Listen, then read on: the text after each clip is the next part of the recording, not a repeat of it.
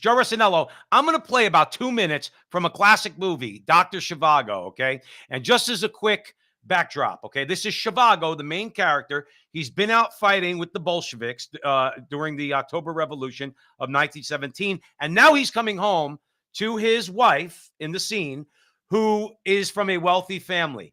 And he's entering the home that he was living in before he left. And this is what it's come to. And there's a point to this that I want to make to you, okay? But watch this scene for about 2 minutes.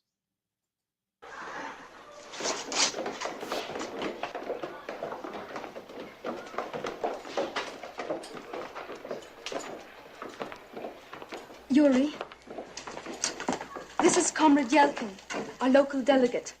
He lives here. Oh, how do you do? Welcome. Comrade Caprugina? Welcome. It is not for you to welcome us, comrade. Comrade Caprugina is the chairman of the Residence Committee.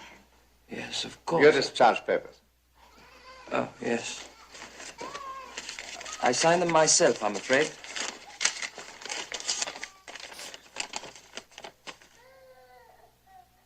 Holy Cross. What? Holy Cross Hospital, it's on... The Second Reformed Hospital. So, Joe, let's leave it right there for a second, okay? So Zhivago's coming back. The house has now been co-opted by the party, okay? So now it's a residence for about 15 other families. Eric Adams in New York City, the mayor of New York City, has said that people with extra homes in their house should house illegal aliens. That's what they should do.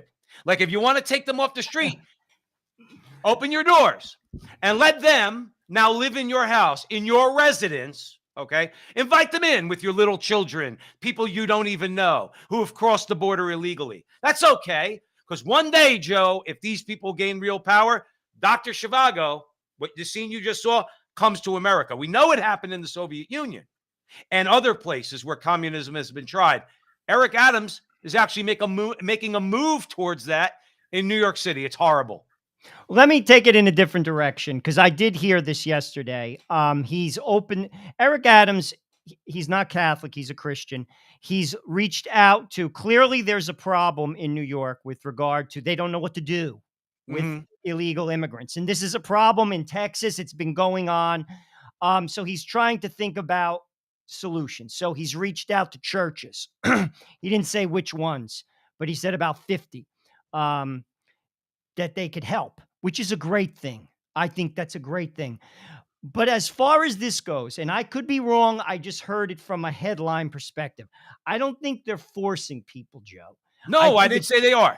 No, but my point is, I have no problem with that. No, Joe, it starts as a suggestion, but then it becomes an order. See, I didn't get that. Well, they're already doing it with hotels, Joe. No, I get that. I'm against. I know. I'm going totally against. Joe, I'm just going by track record. They've told. No, I get that. That's private wrong. owners. Go ahead. That's wrong, because you own the hotel and they're destroying the hotels. That's not my opinion. That's fact. If I own a hotel, the state does not have a right to basically destroy my hotel because I own it. I made an investment. But as far as asking people, that's a Christian thing. Like I have no, if you wanted out of the goodness of your heart to let someone come in your house, like say you're from Venezuela and you're established and you have room, say you're rich, wonderful. Like I didn't get that impression is what I'm saying. Like in fairness, and I commend Adams for trying different solutions, because the hotel deal is what you're talking about here. It's private property. The state doesn't have a right to do that and destroy your private property. And Joe, that's absolutely correct. But the bottom line is, even the hotel situation, when it was de Blasio was the mayor, started out as a suggestion. Now, am I painting Adams with the de Blasio brush? I don't think anybody's as despicable as Disgraziad, de Blasio, okay? But nonetheless, I just don't like them going in this direction, especially with Eric Adams on other issues. Spare me your Christianity is what I would tell him. I agree with you. We need to open our homes to the stranger. I just have a feeling, because we're talking about New York City, what starts as a suggestion down the road becomes a command. They did it with the hotels. Let's hope they don't do it with private residences. I Final hope word, that's Joe. We not got the to go. case. I don't get that. And I'm going to bear on the side of, I actually think he's trying to come up with a solution. I do. All right. Honestly, on this one, the hotel thing, I'm completely against. And I actually think in his heart of hearts, he knows that was a bad deal. It just goes to show you how these people are being used by the federal government. Oh, yeah. If you think it's bad in New York, what do you think's going on in Texas and Arizona? I mean, they're not, listen, you let people in, then you got to do something about it. Right. The school systems, the services, like it's a crime No, what's I agree. going on. And this is just a taste of it. And to be honest with you, they're just being used for voting. They're just being used. I It's know. such a sin.